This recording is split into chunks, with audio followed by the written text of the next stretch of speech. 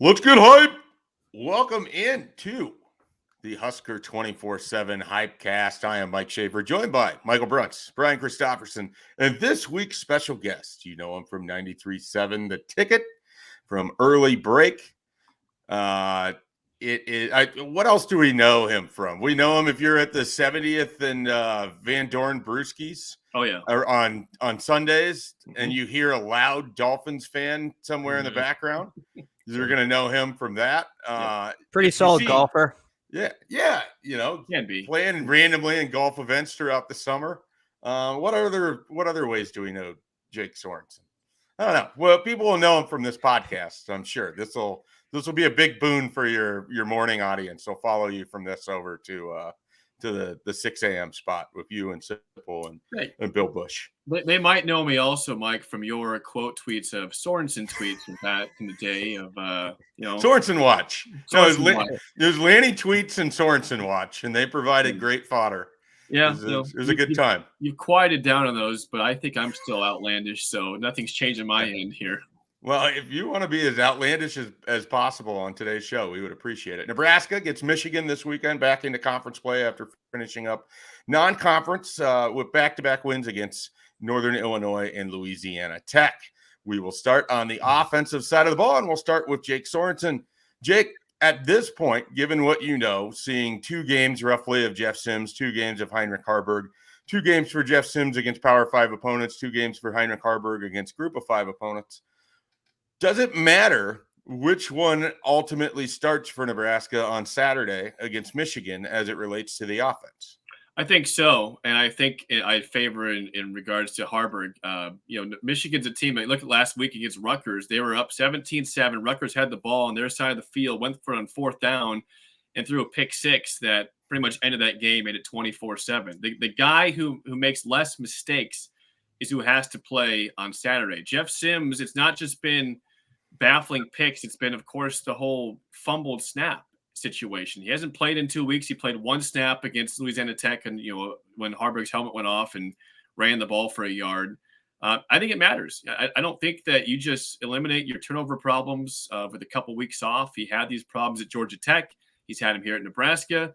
I'm not saying Haarberg won't have a game soon where he has turnovers. It could be this week, but he hasn't had it yet. It's not in his head like it is with Jeff Sims. So Jeff Sims probably is overall a better athlete than Haarberg. Haarberg is a good athlete, though. He ran for 150-plus yards against Louisiana Tech and had a long touchdown run, one that came back with a penalty.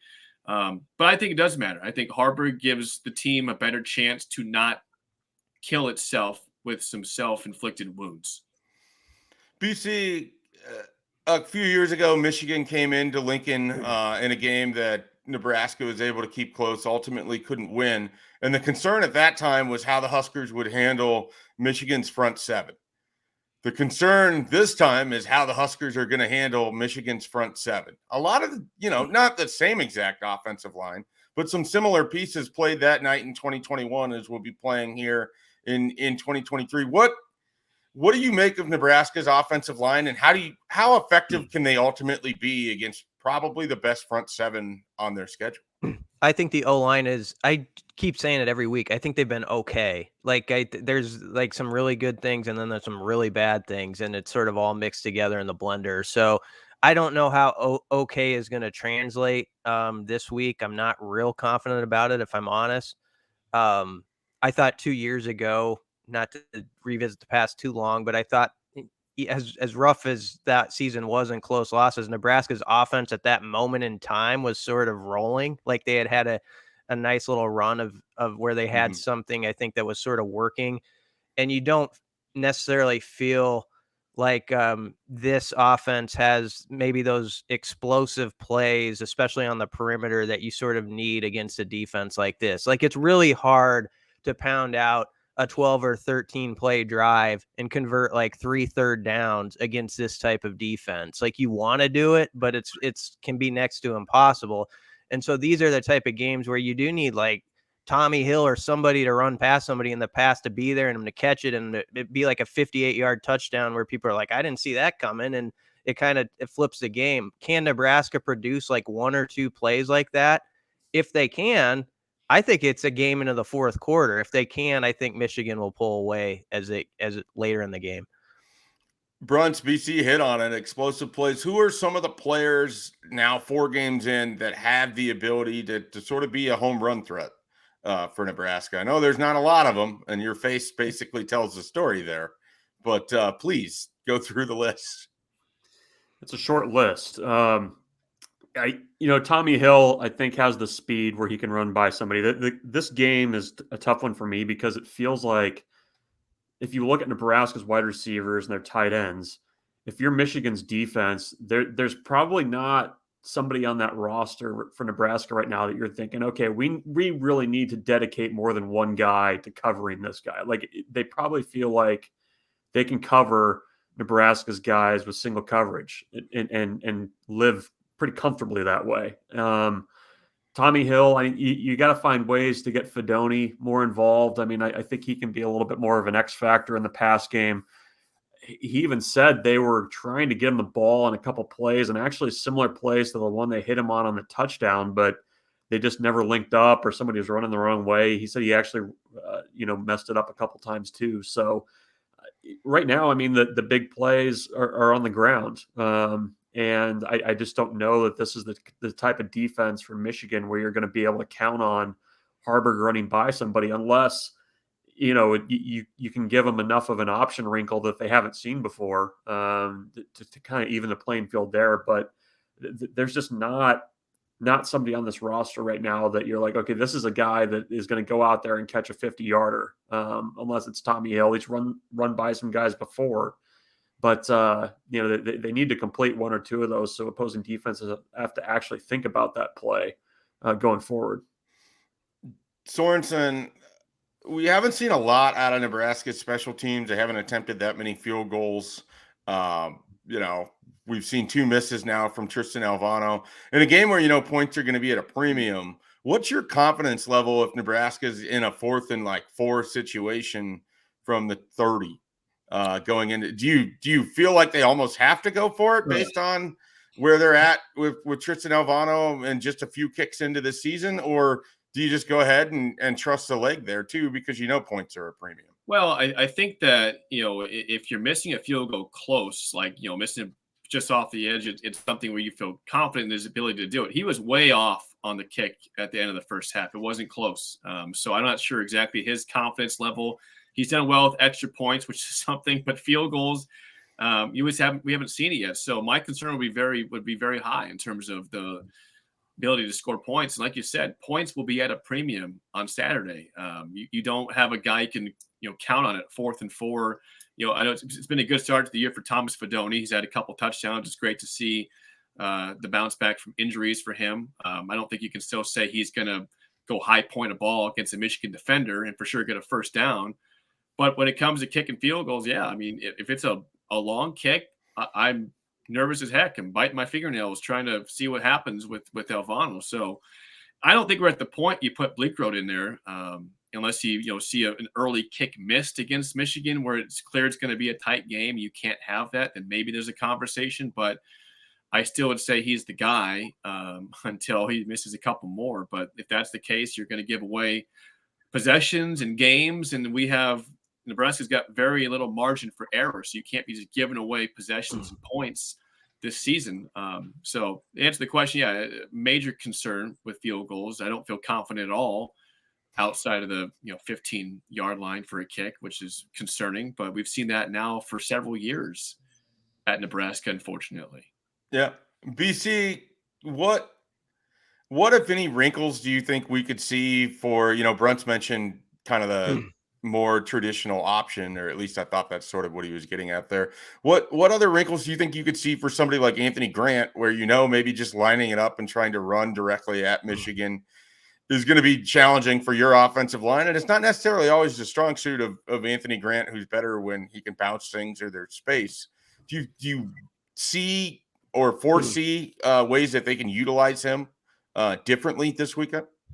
Yeah, possibly. I mean, against a defense like this, sometimes you gotta get them with some gotcha type of plays, where you use their strength against them. They're so good getting upfield or whatever it may be, and maybe you bust them on a screen or something like that. And that's where this would be a perfect type of game for Ramir. It honestly, I mean, it was a couple years ago. I think that still stands. But Anthony's got to show he's that guy who can catch passes out of the backfield. And he's just got to be a complete player from this moment on. That's the bottom line. As much as we talk about Anthony with the ball, his biggest impact in this game could come, on catching a pass, but also how does he hold up in pass pro, on some of those third downs when they're coming around the edge. And he obviously did a nice job on the Fedoni touchdown. That was a great blitz pickup. Maybe that's a confidence booster. I do worry about Nebraska at the running back spot in obvious passing down situations, though, in this game. But yeah, to your question, Schaefer, I think you got to have a couple of wrinkles, and I don't know how you draw them up on the board, but where you feel like you can use the over pursuing and the speed of Michigan's defense against them at times. Bruntz is, 4 games in. Do you have a feel for who the go-tos are on third down when you need to go make a play? Or is it as simple as we're still kind of in that? Yeah, I'm giving you the hard ones here. It's the same answer as the last question you asked. I don't know. So, or do you feel like their best play still in those situations is either a broken down play and a quarterback run or a quarterback draw? I mean, we've seen this out of an offense before. Yeah, I mean, I don't know. I feel like Marcus Washington should be that guy. That if you're 3rd and 8, that's the guy that you're going to go find. And he's battled drops. Alex Bullock has taken his turn with the drops. I don't know. I mean, I think the last 2 questions you've asked are kind of the difficulty with this offense is you just don't have enough right now that you can count on. And I think the guys that they felt like they were going to be able to count on, one is no longer in the program. One wide receiver is injured. 2 running backs are out for the season. The list of potential guys that would populate that list is dwindling by the game. So I don't know what their best play is on third down. I think they have to find that. But I think really in this game, in order for Nebraska to stay close, it's not necessarily about third down. It's you got to avoid 2nd and 9. You can't live that way against Michigan. So I'm going to be watching, the early run plays early in possessions, because if you can't get off to a good start on drives, it's just going to be a really, really long day. All right, let's switch over to the defensive side of the ball. We'll stick with Bruntz, and we'll see if we can ask him a question that he feels more comfortable answering. I don't know. than he does on the offensive side of the ball. Okay, Bruntz. We'll just leave it simple. Through 4 games, what have you seen out of Nebraska's defense so far? Here, I'll make it as open-ended and as simple as possible. And if you say I don't know here, I'm dropping you off this. Podcast. Boot me. No, they're bought in. They're confident. I don't recall a Nebraska defense in the Big Ten era running to the ball and tackling as well as this group has.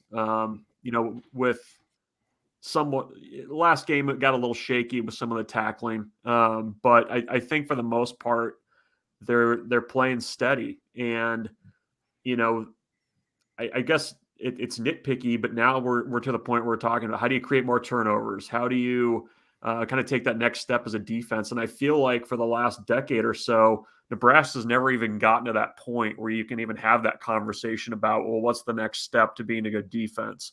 So that's progress. I mean, when you dig into the numbers, I mean, they're light years ahead of where they were to start the season last year. I think part of that is Tony White is just a damn good coach. I think part of that is the way that Nebraska's practicing. I think you see a team that is not hesitant to go and hit and tackle. And I think part of that is the way they do things on Tuesdays and Wednesdays. So, we'll find out a lot about this front 7 this week, but I do think it's the kind of defense that's going to give Nebraska a chance to win games pretty much, the rest of the season past this Michigan game. I mean, this is the toughest game left on their schedule by far. And this is the type of defense that has the guys and the depth and the approach, I think, where they're going to have a chance to win those coin flip games just by holding other teams down. Sorensen, you're a known skeptic. Do you believe in this rush defense? Has not allowed 100 yards to any single ball carrier or any single team so far this year, but it hasn't exactly taken on, a ton of great running teams at this point. So where are you with Nebraska's rush defense? Is obviously on the other side on Saturday is Blake Corum. Well, I would go with what Bruntz said there. I mean, the fact that he's right. We have not seen this good of a tackling team in years, and that's a kudos, like you said, to Tony White and Terrence Knight and all these guys have done a great job of getting guys comfortable with the right spots and not just just finishing up gang tackling. We've been waiting for that for a long time. In terms of the rush defense, you're right. We haven't really played anybody that has been great on the ground. Colorado wanted to pass the ball. Minnesota, for some reason, wanted to pass the ball, even though they couldn't, and they won the game still. But that's a different story in itself. But no, I think you have to feel confident. Who could have seen this type of performance so far from Nash Hutmacher? I mean, he has been above and beyond what I could have asked on him from the defensive line. I think that even the other guys, Buckley's played well. Gunderson, of course, has been very good. Ty Robinson has been very solid. I mean, in terms of this specific game, Michigan wants to run the ball. Corum and Edwards are great players who have had very average starts this year. I mean, Jim Harbaugh might come in and say, hey, these guys are ranked number 1 defensively and rushing. Let's say that's not real. Let's go kind of force our hand and play bully ball, which, again, I wouldn't be surprised if that's the philosophy. But I think a lot for this game in general comes down to, is Luke Reimer able to play? Is he healthy? That's a huge part of this rush defense. Is he is a very good tackler himself when it gets to that next level beyond the lineman. So I would say I think they are a pretty dang good rush defense. I don't think they're going to end up being the tops in the country, but as Bruntz just said there too, beyond this game, there's nobody that scares you. Wisconsin has had some good rushing games, as you'd expect, but they've also had some weird games. Purdue doesn't scare you. Illinois, I mean, nobody in the schedule really moves the ball that well. So you will be able to have pretty good stats. And this game would tell you if you can hang with the big boys in the trenches. Yeah, absolutely. BC, we've heard from Evan Cooper a couple times. He talked again for Husker Sports Nightly this week. What are kind of the takeaways that you gather from Evan Cooper about the performance of the secondary this season? That they've been good, but they can always be better. And I think he's proud of the fact that his group is heavily involved in the rushing defensive stats that have been so impressive. His third level guys like DeSean Singleton are not afraid to come up and hit. And you saw that in the stick last week where he made a great play behind the line of scrimmage. So I just think there's a lot of confidence in that group, and Quinton Newsome is playing at a really high level. And so this is another chance for him to prove that against, I think Michigan's averaging 10.2 yards per pass attempt, which ranks like top 15 in the country. So this is a group that makes the most of when they throw at Michigan. So Quinton's got to play well. Hartzog's got to obviously be up for the challenge. They're going to test him since he's a smaller in stature. That's just the way it's going to be in his career, and he's got to respond to it. But I feel good about that group. I'm excited for the game within the game of watching Nebraska's defense against this offense and seeing what they're really made of, because I do think Tony White has something at least on the stove with that crew. Bruntz, what kind of challenge is J.J. McCarthy going to be? Nebraska hasn't had to face a lot of quarterbacks that want to make their legs a big part of the game. We know McCarthy can do that. We also know that he can be a little bit combustible sometimes with turnovers. What are your just general thoughts on the challenge that J.J. McCarthy presents for Nebraska's defense here? Yeah, he's kind of the perfect quarterback for that offense. I mean, he completes passes at a really high rate. He does have 3 picks, and you're right. There's been times when he's given the ball. Feels like when he has a bad game, it's a really bad game. Yeah. No, it's you're just gonna dump every last ounce of gas on that fire when it happens. And he's the kind of runner too where he can run, and he's the kind of runner too where it's just like a little annoying. Like he's the guy that gets out on 3rd down and gets 7 when he needs 6.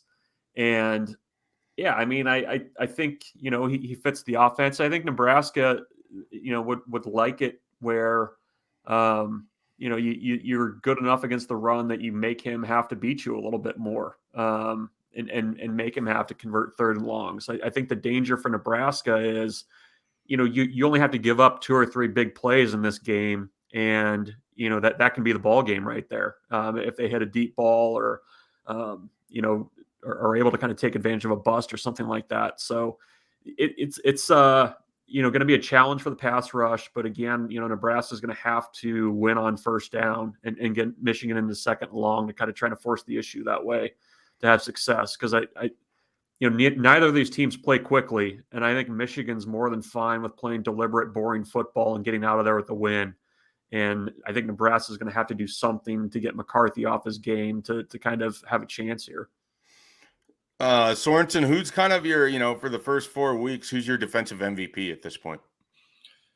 Well, there's a couple. The good news is there's a lot of candidates for that. I think they've been very impressive across the board, all levels. D-line, linebackers, defensive backs have all played exceptional. I'm going to go with Hutmacher. I think the guy. I mean, again, the guy in the middle. You were so high, for a long time, Schaefer, on like Damian Daniels. I think that's a guy that kind of set the tone defensively in the middle. I think that, again, if you have a nose tackle, defensive tackle is getting pushed around, your defense is going to struggle. And so far, again, he has been so surprising to me. I thought he was a good player, and I'm not saying he's a great player yet. He's Tony White's very high in him, as he said the other week, in midweek of practice. But I think he's got to be right now the defensive MVP. Nothing's getting by him. He's been taking on some double teams. He's really just been good in rush defense, and also pretty good in pursuing the passer. He has a chance to. So again, several options there, but I'm going with Nash Hutmacher as the MVP so far defensively.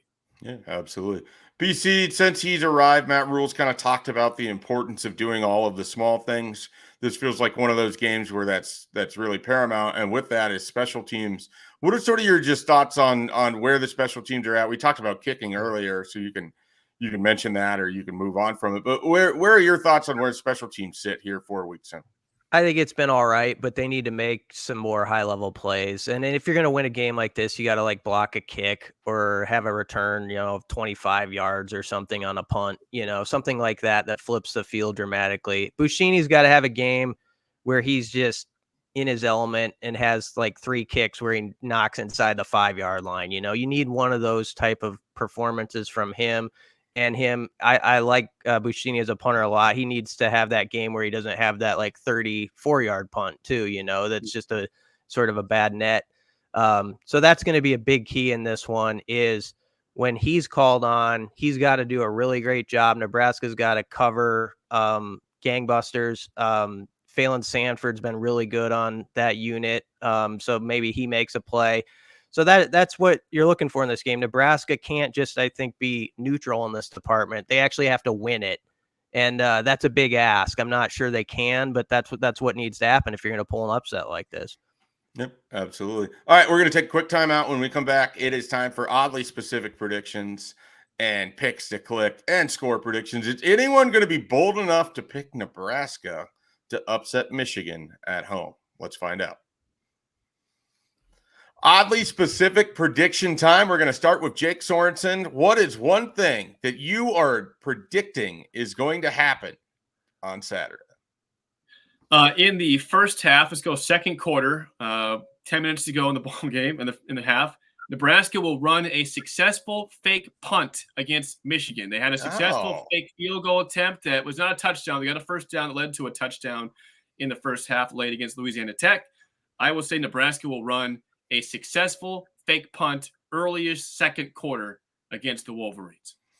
Okay. All right. Yeah. Now, we like to get as specific as possible. Okay. Now, on this fake punt, is it the up back is catching the snap and running it? It's a run. It's not a pass. Okay. All right. I don't trust Buschini to pass it. That'd be awesome if you could pass it. But it's an up back taking you like a 4th and 3, something like that. 4th and 3 for a first down. Not a huge gainer, but about 10. Let's go a 12-yard gain. But could it be the polar bear that gets the snap and runs it?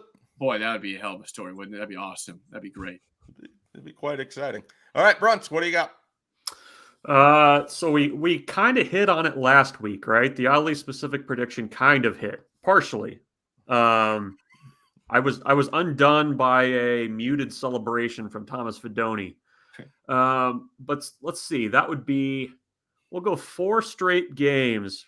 Thomas Fedoni with a touchdown catch. It's going to be a similar play. Michigan, they're feeling themselves a little bit. They bring the heat on third down.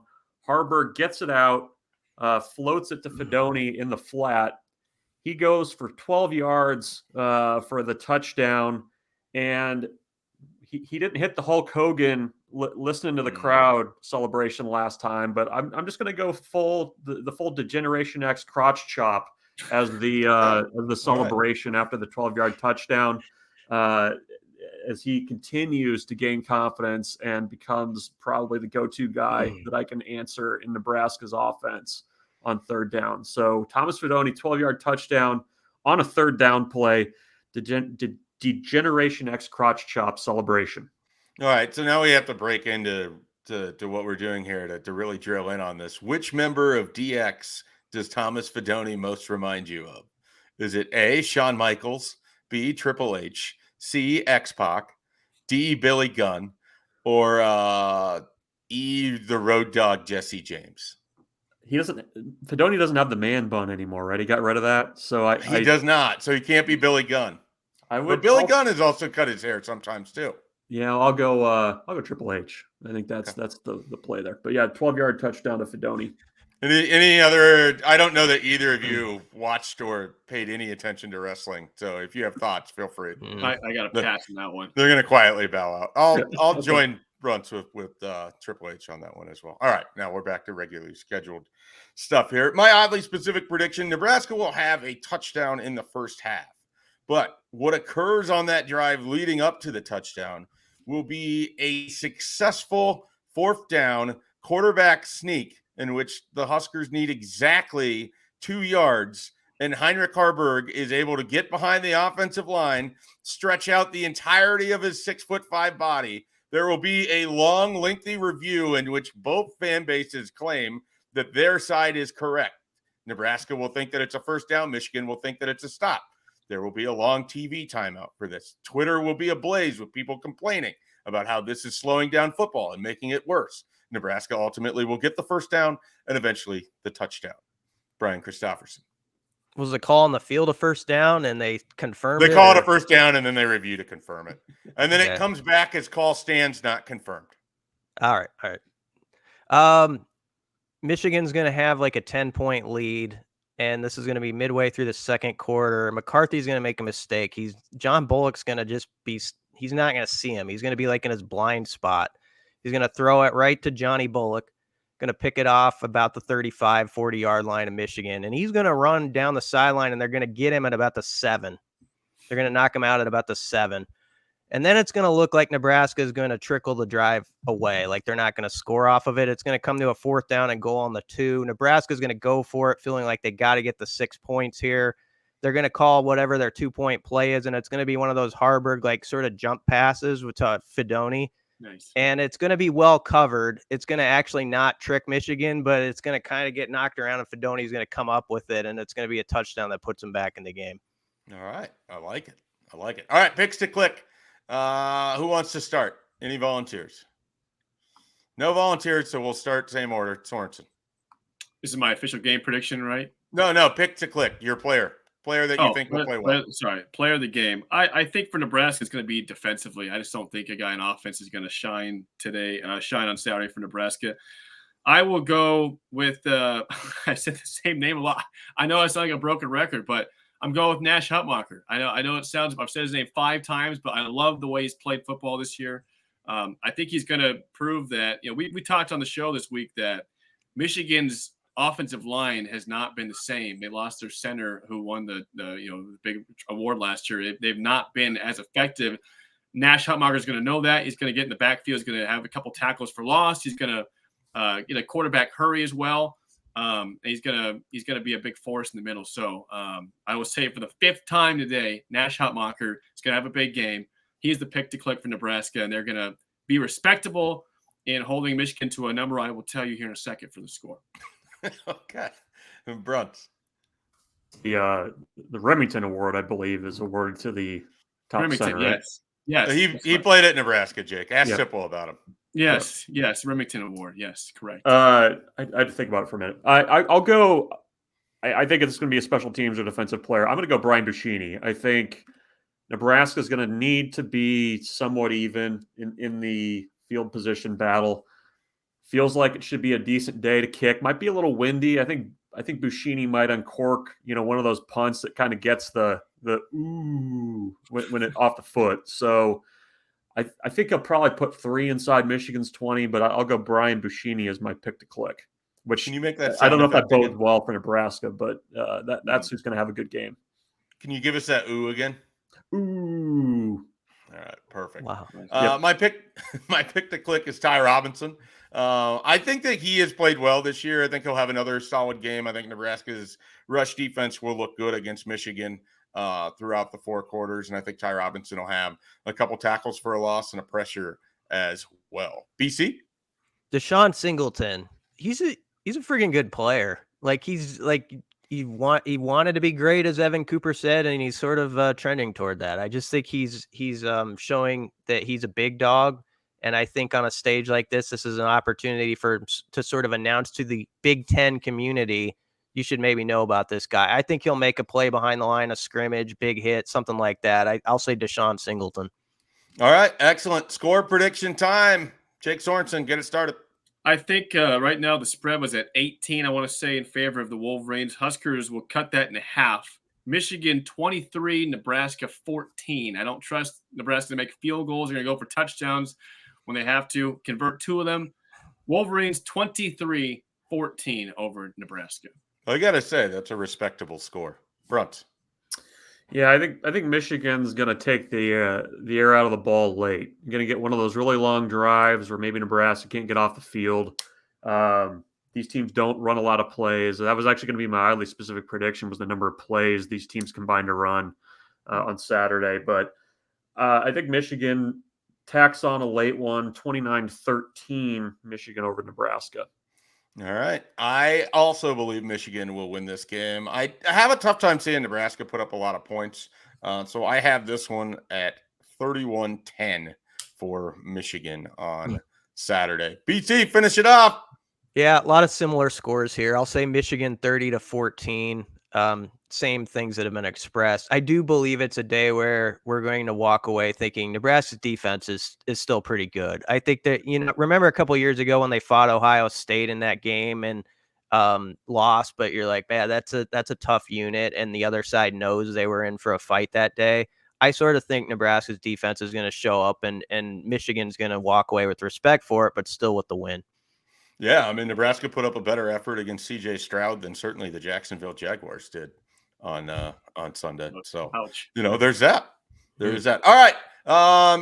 Well, that takes care of it. Everyone expecting a Michigan win, a solid but unspectacular Nebraska performance, and we will see how it all plays out. And as always, be sure to check out everything at Husker247.com. Jake, thanks for joining us here on the Husker247 HypeCast. Always a pleasure, guys. Thanks for having me.